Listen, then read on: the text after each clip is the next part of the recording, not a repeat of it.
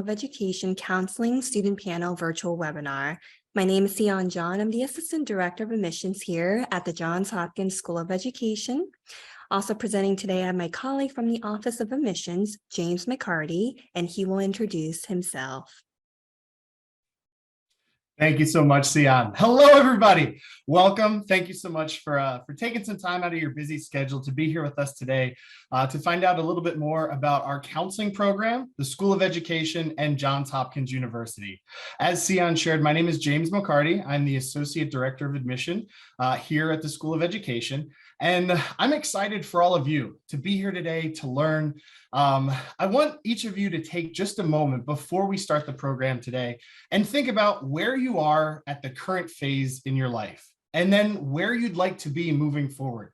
How do you hope to grow, to develop? And during our short time together today, my hope is that you're going to get a lot of information and be able to ask questions about the experience that you'll have here at Johns Hopkins in the School of Education and within our counseling program. The hands-on real-world didactic experience that's going to give you a solid foundation for that next step in your career. I'm excited for all of you to take this next step in your journey, and I know it can be a lot. I always like to stress the importance that you are never, ever going through this process alone. I am the person on our admissions team that's essentially the point person for the counseling program on behalf of admissions. And I want to extend an offer to all of you that you, again, are never, ever going through this process alone. You'll have all of my contact information at the end, so please do not ever hesitate to reach out, stay connected, and ask questions along the way. Again, excited for you to learn more information today, and I'm going to pass things back to Sion to get things started. Welcome, everybody. Enjoy. Thank you, James. Also, we have a faculty member from the counseling department, Dr. Justin Lauka, and 3 panelists, Cassandra Butler, Dontavius Hicks, and Melissa Uera. And just a friendly reminder, today's webinar is being recorded. We will be able to share a link with you after the event is complete. There will be a Q&A session at the end of the presentation. Please type your question in the Q&A box and we will answer your questions. Next, I would like to share the agenda for today's presentation. We will go over introductions, and then Dr. Lauka will facilitate the student panel. And lastly, we will open up the floor for questions for our panelists. And moving on to faculty introduction. Dr. Justin Lauka is an assistant professor and clinical director in the counseling program.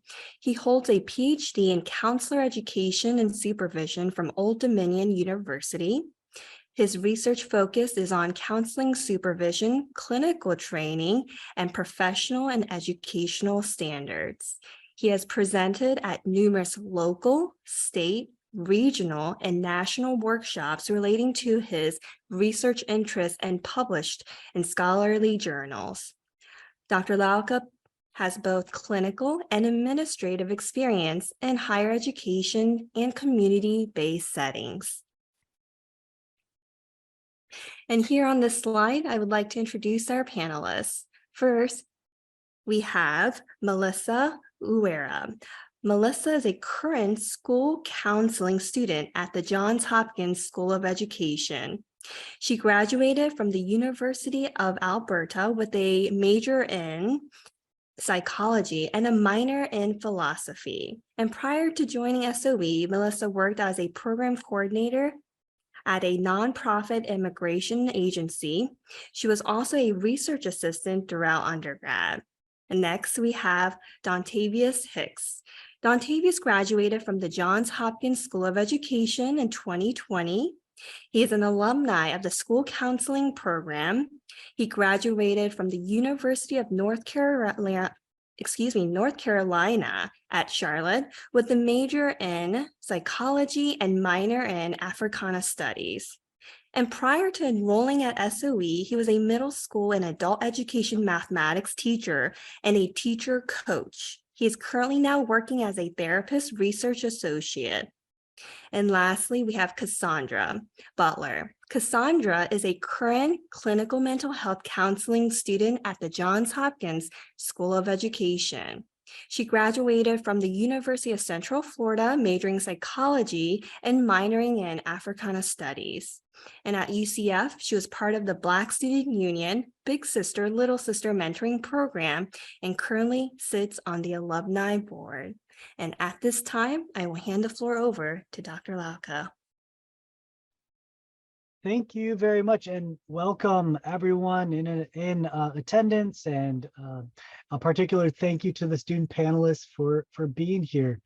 I'm going to just kick off the first question and really chronologically, and so for anyone that would like to respond to this in the panelists, looking back on your decision to apply, what variables did you consider when choosing Johns Hopkins School of Education compared to other graduate schools? And whoever would like to take that first.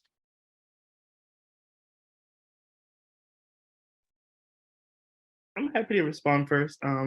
First off, hello everyone. My name is Dantavius Hicks. I'm currently a licensed graduate professional counselor in the state of Maryland. And to address your question, Dr. Lauka, what drew me to Hopkins School of Education counseling program was the dynamic faculty research, and there was a lot of interest that aligned with my own personal and professional interests, and so it was important to me that I learned from the very best and build my counseling skills and professional identity as a counselor at a program with professors who are engaged in high level of research.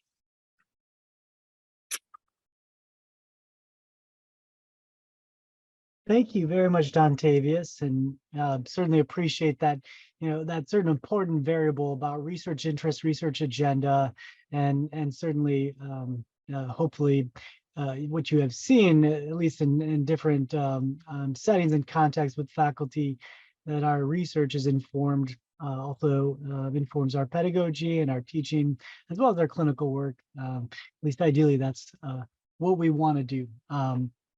Does anyone else want to respond to that? I will. Hello, everybody.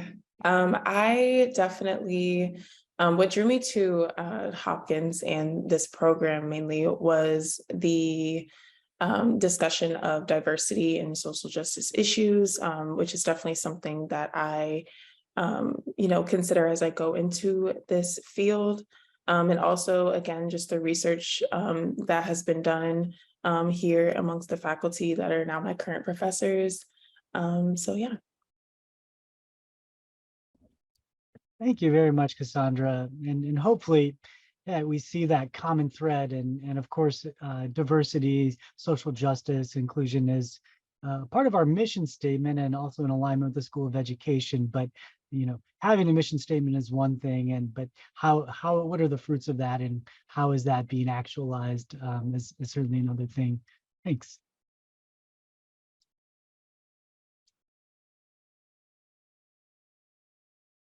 If Melissa would like to take that, you can, but there's certainly no pressure for all of you to respond to all the questions.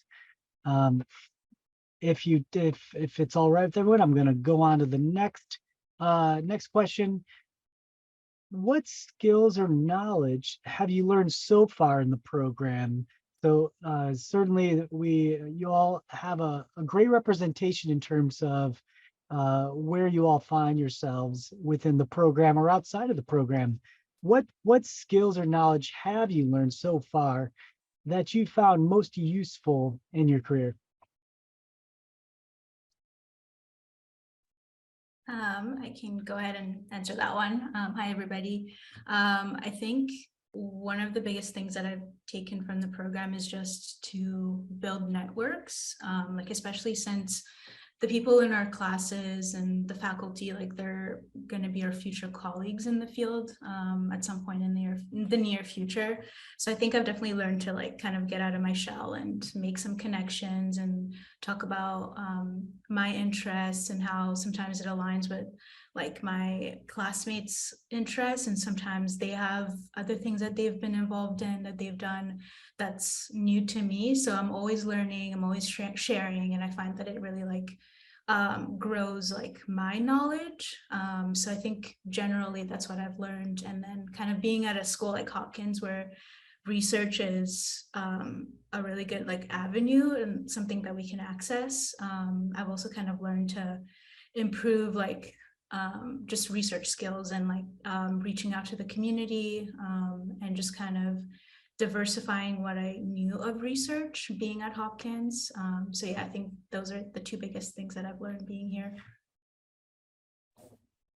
Thank you so much, Melissa. You know, one of the things that really stands out in your response, you know, the importance of recognizing that none of us can do it alone, and none of us know it alone, know everything. And so certainly counseling as a field, there are so many different areas and avenues of specialty that one could focus on. There's and the problems, the challenges that we face when working with clients are so weighty and systemic that no one person can do it alone, and nor should they. And it really relies and necessitates networking and connection and support. Thank you. Anyone else? I just want to add, I definitely second that with what Melissa said. Definitely learned how to get out of my shell for sure. And also one of the benefits of being in this program is a lot of the classes that, for example, I'm taking are, you know, filled with those who are on the school counseling track.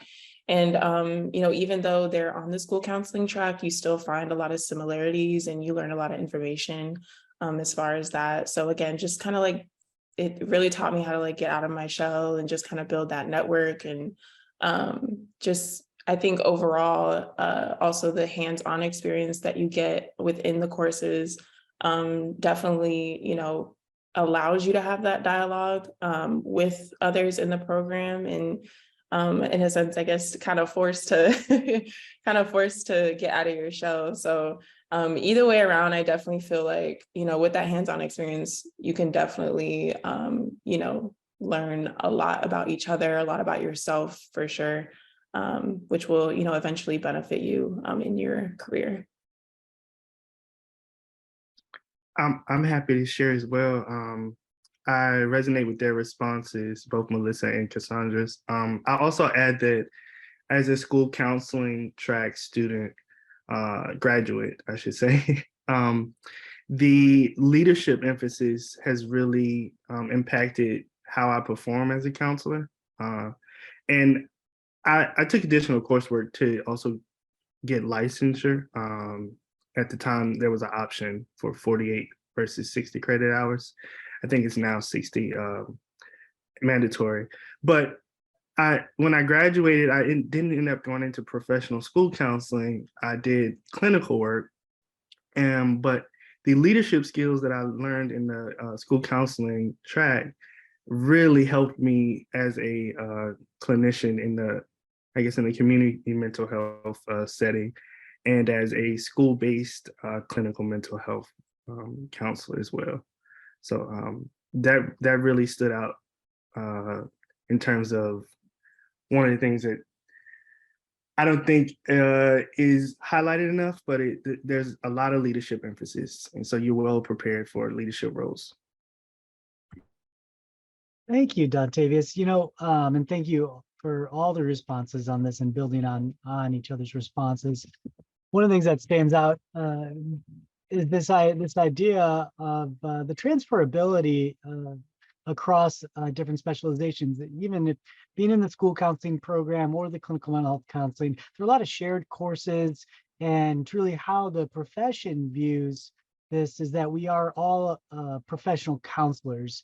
Within that umbrella, we have specialties. And so with a lot of transferability and a lot of common competencies, skills, and principles, and certainly I think that underscores the utility of the coursework that you had taken as a school counselor and applied that in the clinical setting. if y'all don't mind, Cassandra, you had said something that kind of sparked my mind in terms of the hands-on coursework and material, and you don't have to answer this specifically. It can be anyone, but would you all mind sharing a little bit about what the types of classroom environment was like, speaking to assignments, learning materials? Share a little bit about that. That would be great. I think we lost Dr. Lauka. Oh, can you hear me? Okay, now we can, yes. Oh, I'm so sorry. Did you hear anything I said? I think. Um, Oh, sorry. oh, go ahead. No, I think you were about to say something about assignments, and then we didn't hear anything after Oh, that. yeah. Can you share a little bit about, and within the context of the types of typical assignments, what a typical class is like, really in reference to that statement you made, Cassandra, about hands-on experience, and what are some typical assignments and the learning experience in general, if anyone wants to answer Yeah, that. I can definitely explain a little bit more about that. So, of course, going into a graduate program, there are, of course, high expectations in terms of performance. And my expectations were more so, I was like, okay, I'm going to get a lot of papers, I'm going to get a lot of exams. But a lot of the assignments are more assessment based. We do, the mock counseling sessions where they're pretty much recorded sessions based off of the skills that we use, and we're kind of, graded upon our performance with that. It's a lot of in-class discussion as well, just kind of like reflecting on the information that we learn. I think I pretty much experienced that definitely my first semester here, and I again, got out of my shell in terms of speaking in front of others. And, a lot of the assignments are more so reflection-based analysis, and just overall, reflecting on the things that you learn. And I definitely feel like I learned a lot of the information I know now a lot better, and being able to apply it. So to explain a little bit more about like the mock sessions, for example, like they're recorded sessions that you're having with another classmate, and pretty much they're, acting as a client, and you're pretty much, showing your skills to your professor based off of the things that you learn, which really helped me get a little bit more comfortable, speaking to clients. My first session, I was super nervous. And then now I'm kind of getting more comfortable with it. So it's definitely working for sure.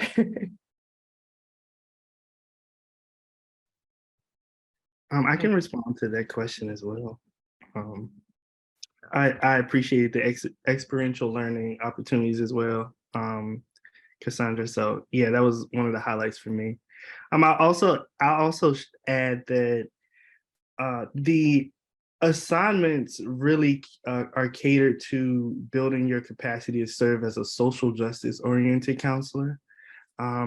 Particularly during the school counseling track, we had a lot of assignments related to building an equity project. And it's really assessing, using data-informed practices to assess what are some gaps in your school community, what communities may not be served or have equal access to opportunities, whether it be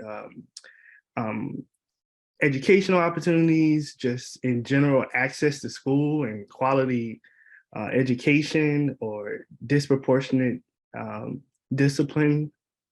But those assignments really prepare you to like step into the school setting or into any setting, as I say, like we mentioned earlier, skills translate across the counseling field, but to address systemic inequity. And that for me stood out as I practice as a school-based clinical mental health counselor.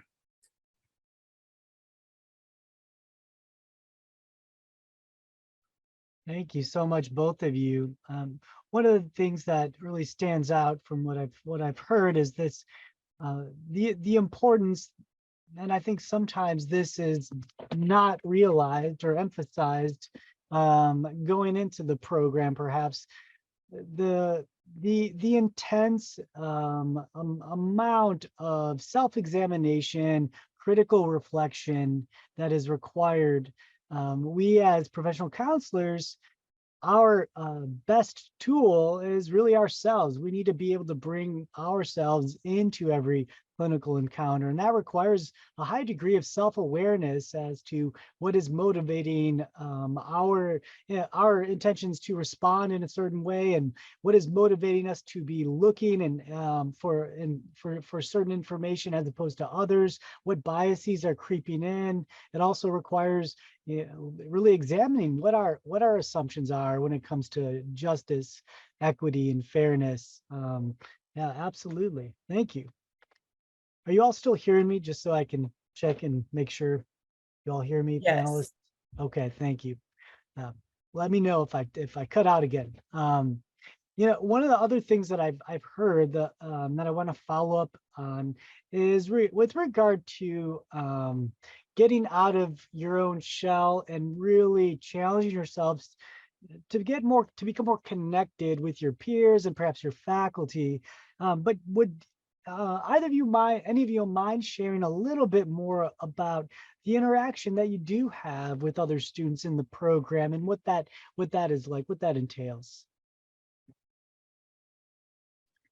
Yeah, I think for me, the relationships that I've been able to build with my classmates has really been like the key in this program for me, especially being an international student, having moved to Baltimore when I first started the program. And so like making those friendships was really like the thing that both allowed me to become more comfortable in the city, in a new environment, in a new space, but also lean on like some of the friends that I've made for support. I think one really good thing is since a lot of our assignments are very like assessment based, very like practical, like practice based, we're able to oftentimes like study together or like share resources and talk about like our experiences doing like a really difficult assignment or an assignment that was particularly like taxing emotionally. And we're able to kind of like talk about it and kind of we all sometimes just either have the same experiences or somebody has a different take on an assignment. So we're able to like talk about it, which I found really helpful. But yeah, I think building those relationships has definitely been key for me. Both because I think just grad school in general can be really taxing, but in particular in a counseling program, you really have to like involve yourself a lot, like put a lot of your own like mental, like emotional, like wellness is impacted, especially with how this program really forces you to kind of get in touch with who you are and how you think, your biases. And so having those relationships has really been key in just maintaining my mental health and just finding that support. I second that with what Melissa said. Definitely built some lifelong friends so far, and I'm only in my second year for sure. I enjoy the conversations that I have both in class and even outside of class. And again, like that ability to be able to text a classmate, and kind of ask for clarity either on assignments or their ideas on certain things or even their feedback before submitting assignments is definitely something that's very much appreciated. I feel like, especially in my cohort, we definitely have like a little mini family where, we reach out to each other. We, make plans outside of the classroom. And again, like Melissa said, that ability to kind of study together is definitely something that's very much appreciated. And, also, like she said, I came from Florida to move to Baltimore, and that was definitely a climate change and also just a big shift. And, the ability to be able to have people to ask, like, okay, like, what areas do you recommend? Or even just, going through that whole transition and having someone, or just pretty much more than one person to support you throughout that, is definitely beneficial, especially those who are from the area. Both of those responses sit well with me. I'm 2 years out of the program, and the someone in the program that I shared internship site with is now like my best friend, and we talk every day. So deeply, there's a deep connection as they both share. But I also add, like, there's opportunity for assignments that involve pairing and working together in the group counseling class specifically. I really appreciate the model where we learn to co-facilitate group sessions, and you really get to learn from from people in your cohort, learn from their skill set, process the therapeutic environment with them, plan for sessions with them. So there's opportunity really for you to both meet the needs of assignments and to just kind of like process your journey. That was my experience. Thank you all. And one of, again, those common threads that seem to be teasing out here, the twofold.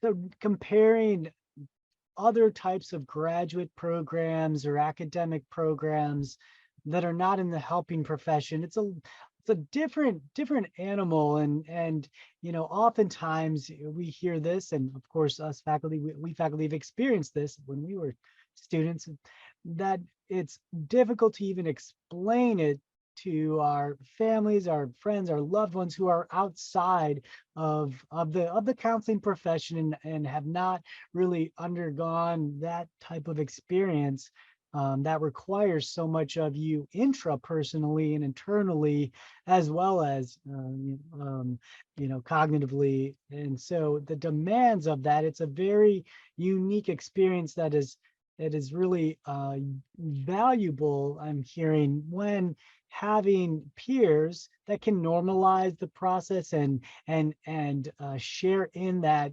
universality, that you all are going through this together, which seems to be something powerful and valuable there. If I'm hearing that, I also what I heard is having colleagues, having peers and future colleagues that come into the program. You come into this program and profession typically with certain fundamental ways of viewing the world, viewing what one's priorities are as a human being and person, and typical qualities such as compassion and this servant-oriented disposition. And it seems to me very powerful to have that in common, and really serves as almost a catalyst to really create those connections and support with one another. Thank you. So if you all don't mind, I'm going to shift gears a little bit, and if you all can talk a little bit about, if you break down the logistics of the workload for you all, how much time per week do you find yourselves having to devote to schoolwork? So if you're thinking about, the courses, classes you have to attend, as well as any of the assignments and the outside work that's required, would anyone like to share about the workload and hours per week, and however you all want to respond to that?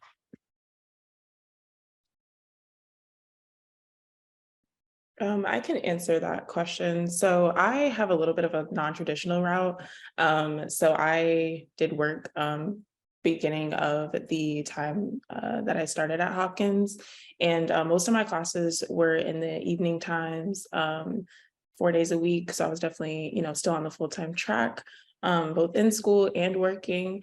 It was a lot to adjust to, I will say, just going into a new grad program. But again, I feel like a lot of my time was flexible in terms of, again, like a lot of collaborative assignments. My colleagues were definitely very flexible and very helpful, so that made it a little bit easier. But in summary, I feel like trying to think, most of the time spent studying or just, working on assignments, I would honestly say it was pretty much every day of the week for me. And then I tried to, get things done on the weekends if necessary, but it is a commitment, and it is something that requires a lot of your time, not only physically working, but also just mentally and emotionally, to be able to really put yourself in a certain mind state to really, apply the information that you learn and, perform well. And not only that, but be open to the feedback that your professors will give you. And that's definitely something that I've always appreciated, and it has helped me, manage my time in a sense. The professors also have helped me when it comes to organization skills and, seeing like, okay, like this is what I have going on in my life. How can you guys help me in terms of, planning out a little study schedule for myself? So again, I think it all goes back to having that community kind of feeling and that little family oriented feeling. We're all adults, and I think everyone's pretty understanding and flexible when it comes to the time committed and everything. Yeah, I think I'll echo what Cassandra is saying about the flexibility in the program. So yeah, I'm also on a full-time track. And before I started, I didn't have a job, which I can't even imagine. Somebody who, I know a few people in our program with Cassandra too, like they have full-time jobs. So I couldn't even imagine doing that. But the program is it's really flexible, and many faculty are understanding. And I think in my case, I'm now working part-time, so I work 20 hours a week. And same with Cassandra. I think I'm working on some kind of an assignment or studying for a midterm, like pretty much every day of the week. But I find that it's really manageable. And I think a lot of the assignments, like the papers that we do, are really less less research based. Like some of them definitely do require research, but I think a lot of them are about how personally you're understanding the material and how it applies to you. So I find that those tend to take a bit more time, just because it's not like something that I can sit down and just kind of crank out and write out. So I think those require a bit more time, because I need to reflect and then come back the next day. And then change something. So because it's a lot of your involvement and how you take in the content and how the content applies to you, I find that with those kinds of assignments, I take a bit more time. But I definitely do appreciate that classes are a lot more a lot of the classes are offered at different times, which is really helpful. So I know there's night classes and there's morning classes. I personally prefer morning classes just because my brain is more alert at that time. But there definitely is a flexibility, and I think even when you're working, there's flexibility to get your work done, and I think you get out what you put in, but there's definitely is room to just for faculty are really understanding and to be able to progress towards your goal and finishing the degree.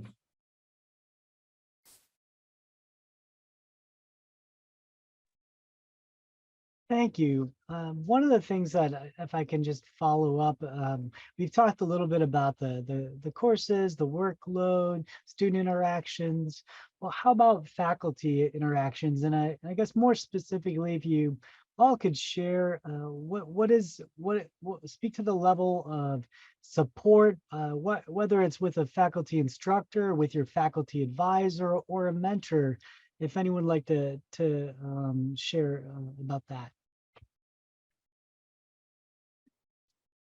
I definitely think that, I had a lot of support, especially again, coming from a completely different state and just kind of adjusting, my lifestyle in terms of organization, and again, coming into a grad program. I will say I've had a great experience with most of my professors. They're, again, very understanding, very supportive, and very flexible as well. And even faculty advisors have been very helpful. I had a mentor who she's still my mentor, but now we're kind of like best friends now.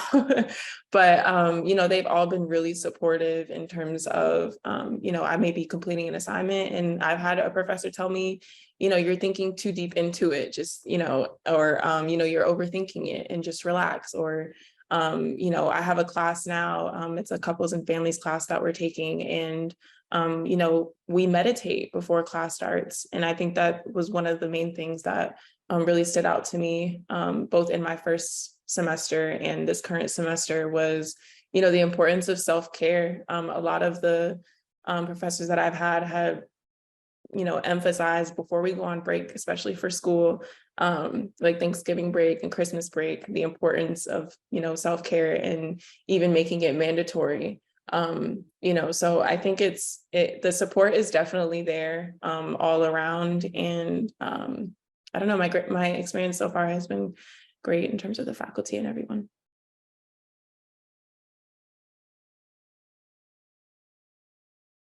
Yeah, I'll share.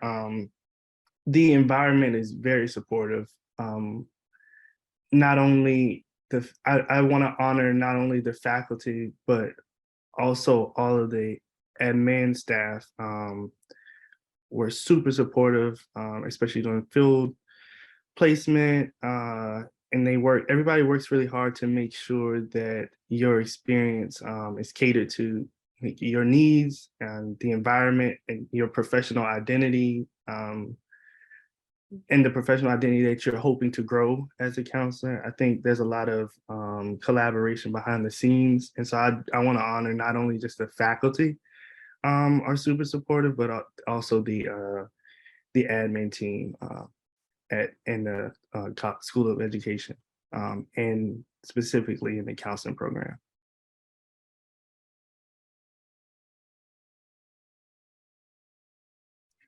Yeah, I definitely echoed that too. I think with my advisor, they're really good about just filtering everything, like all the information that they give me, filtering it through like what's relevant to me. So like being an international student and thinking of potentially pursuing my licensing like in Canada as well.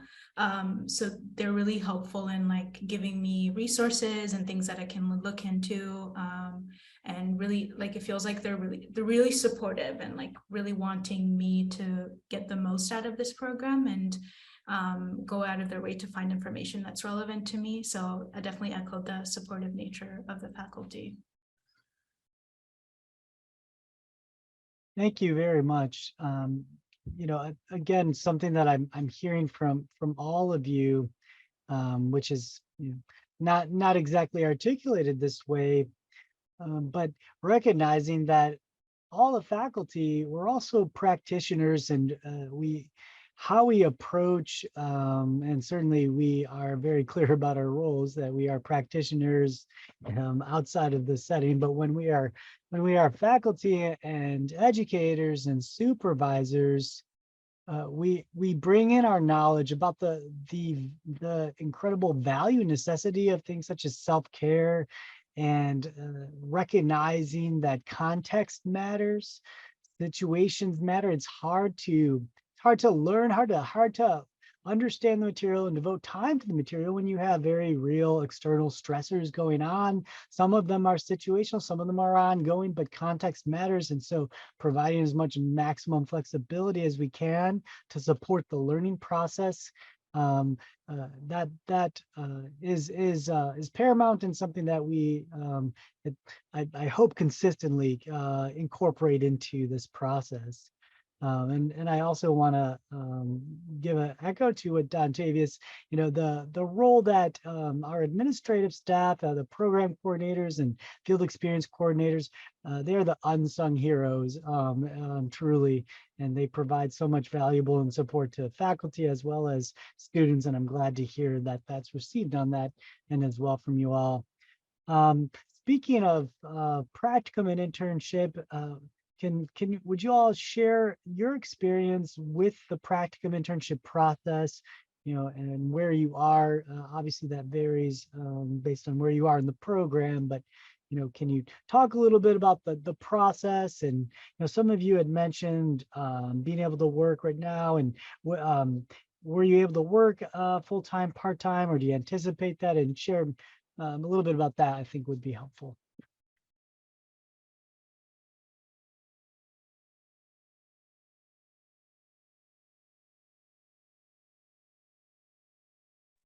I can share. Oh, sorry. Go ahead, Melissa. Go ahead, Cassandra, I'll go after you. Okay.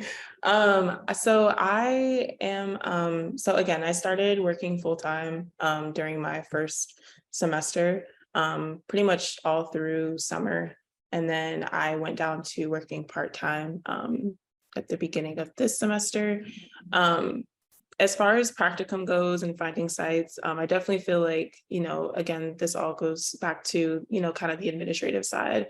They're really helpful with finding sites. They have like a list of places that students have previously used in the past. And, there's a lot of resources to really help you find the right fit for you. I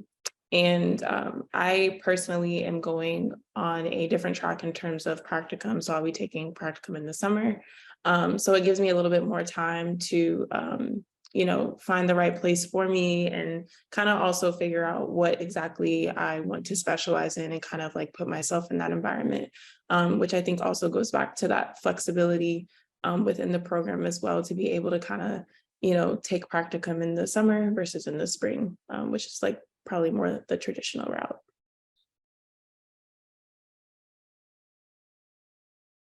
Yeah, and then so with the school counseling lens, so our application to practicum and internship is a little bit different. And thankfully for us, like maybe even a little bit easier, just in that we don't have to go out and look for our sites. We are placed at school districts, which is really helpful. So it made the application process to practicum like fairly smooth.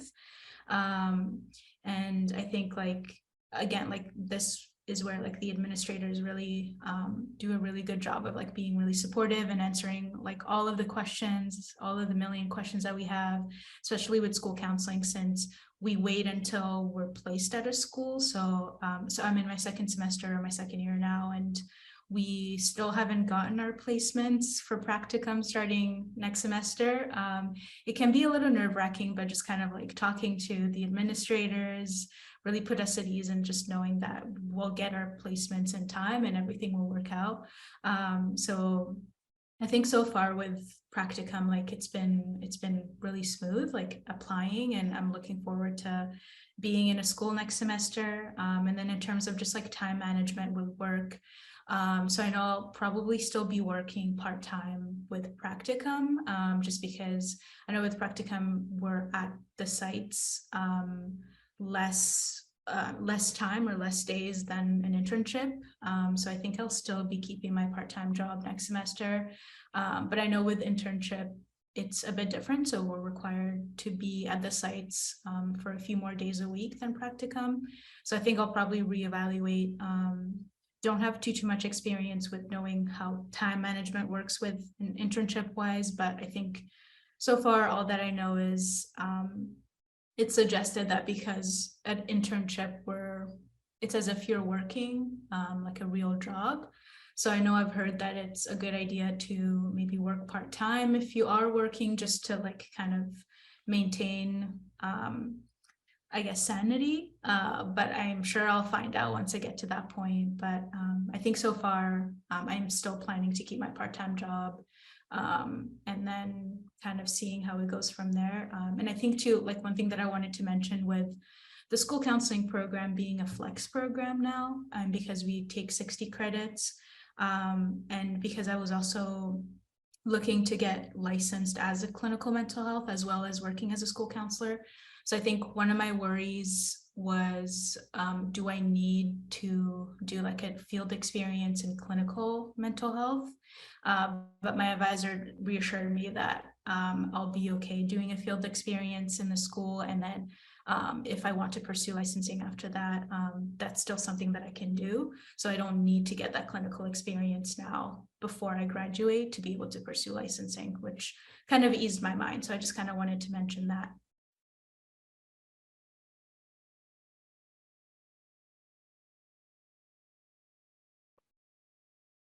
Thank you. And so, I think it's very helpful to have the different perspectives from the school counseling and the clinical mental health counseling side, because those processes, they're a little different. Namely because within school counseling, it's all controlled by the district coordinators of the schools in the school settings. And so I think Melissa, you're making a really good point. On one hand, there's less is placed upon you in terms of the responsibility to find a site. On the other hand, you also have less control in certain elements than you might within the clinical mental health counseling program. There's more autonomy with both, of course, within a certain scope of requirements, but yeah, different experiences, certainly.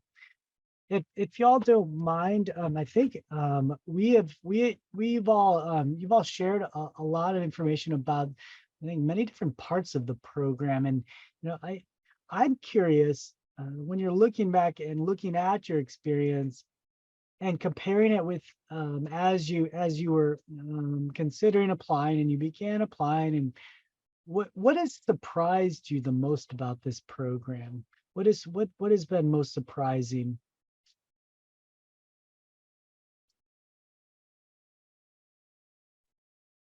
I will answer that. One of the most surprising things for me personally was, again, like the emphasis and the importance of, the diversity and social justice conversations. Not only that, but even, that it's implemented in pretty much every course. Before I decided to go to Hopkins, I, primarily applied to a lot of HBCUs because I wanted to make sure I was serving, the minority communities. And Hopkins was definitely a top choice. It was very eye-opening again that these conversations were being had, not only, on the website as I'm doing my research and everything like that on the school, but even in the interview process. And just, as I went into the program and the conversations were being more had regarding the, social justice issues and being a culturally competent counselor and what that looks like, and just the overall diversity in the program as well, was very eye-opening for me. And it made me feel, comfortable for the most part. That resonates with me, Cassandra.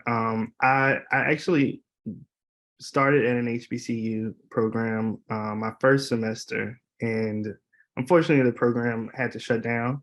It was important for me that I centered my professional identity and growth as a counselor around building the capacity to serve underserved, minoritized Black communities and other communities of color. And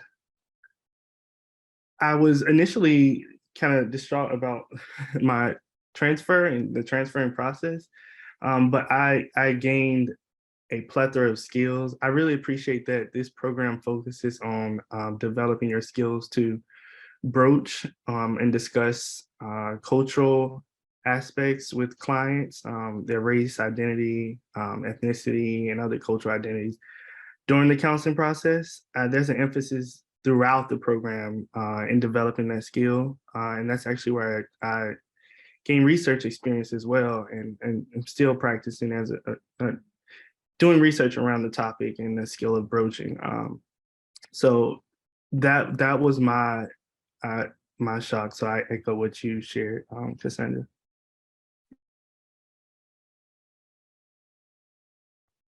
Yeah, I think I'll echo like both Cassandra and Tavius. I think this program having an emphasis on social justice, especially like faculty really highlighting that in our classes, has also really resonated with me. especially I think the biggest thing for me is that I always kind of thought of therapy and counseling as a very like interpersonal, like one-on-one kind of picture. Like it's very like you're dealing with a person or maybe a group of people, and it's very like kind of, I guess, constrained to like mental health issues or like social emotional issues.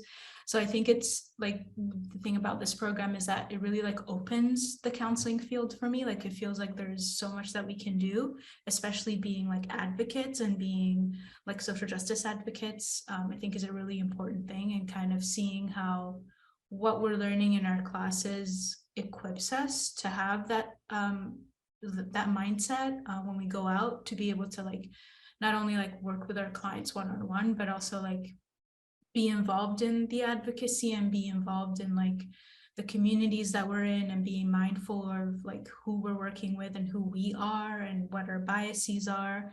So I think that was one really big surprise for me with this program, is that, you know, it's not so much like learning therapy skills, although that is a big, like the largest part of it, but it's also just seeing how as a counselor, you can also be an advocate, I think, which is really important to me also. Thank you all, and of course, again, those common threads are really standing out. And you know, one of the things that Melissa, I want to touch on in particular, yeah, certainly this misconception, which is really, I think, in part due to this only recent paradigm shift that has come in the profession. We no longer are confined to these office-bound one-on-one or group setting clinical encounters, but truly, you know, when thinking about what our ethical and professional imperative is, it's really recognizing that, you know, the social determinants of mental health and else, and the systems at play really do impinge on people's mental health and wellness and well-being. And so absolutely, it is our duty to seek to affect change at various levels within the systems. Thank you all. I also want to be mindful of time, so I'm hoping that I will be interrupted when I need to close up this conversation. I know we have a Q&A at some point, so I'm hoping someone will stop me for that. But if I do have at least one more question, I'm going to ask it right now. What advice do you have for prospective students that are interested in applying to the counseling program here at Johns Hopkins School of Ed? My advice, honestly, is the advice that was given to me once I got in the program, and I felt a little bit intimidated, honestly, just because it was so new for me, was be your authentic self. And I say that because you know, a lot of the work that you're going to be doing both in the program and most likely in the field once you finish is, you know, it's very personalized and customized. And I follow more of a holistic approach when it comes to, you know, certain theories or certain, you know, ways of interacting with individuals that I meet. So I definitely just encourage everyone to just be your authentic self and also be open to being vulnerable. Not necessarily from a communication, you know, aspect with others, but even just with yourself, and being open to learning new ideas, new ways of thinking, and just really just tapping into your, you know, those interpersonal views that you may have.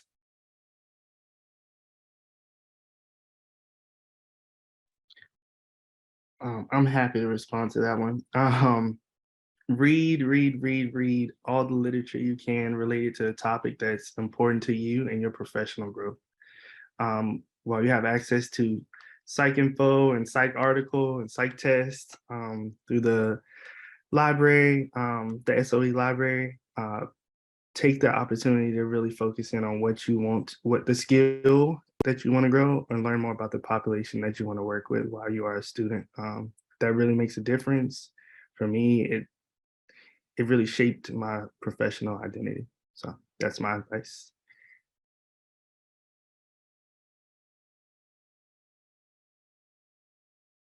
Yeah, I think similarly to, I'd say just don't be afraid of making mistakes and learning from them. I think like at the beginning I had like a certain expectation of myself, but I think I quickly realized that that was not right at all. Like I was proven wrong in so many things. So I think, yeah, like Cassandra said, just keep an open mind, and definitely reach out to like professors and other people in your program, in your cohort, and like ask a lot of questions. I think that was the biggest thing, is just asking a lot of questions and engaging in discussions during classrooms as well, I think is really important. It gives you like more, at least for me, like it gives me a lot more like insight, and I take away from classes a lot more just engaging in those discussions. And yeah, just kind of being at Hopkins and kind of taking advantage of the academic environment that we have.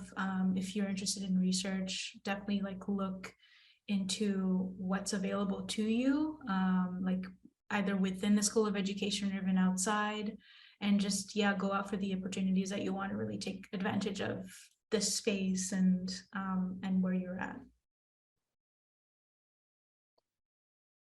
Thank you all so much. Again, I think you've all been providing us with some very rich information. You know, one of the things that really also stands out, and then I'll of course hand it off to the moderators. This idea of bringing yourself and your full self into this and making the most of your experiences in the learning process, and being open to learning new perspectives and viewpoints. I mean, that is the heart of critical thinking. Requires us to be able to challenge our own assumptions and view multiple perspectives, and look at any situation through multiple different angles and vantage points. This idea of also being comfortable with making mistakes, I think is incredibly important and worth emphasis. There's a quote that I always love, and it just speaks volumes to the learning process, that truly the expert has failed more times than the beginner has even tried. And truly, you know, taking those steps to try things and learn from that experience, that openness, you know, that is a prerequisite to learning. So thank you.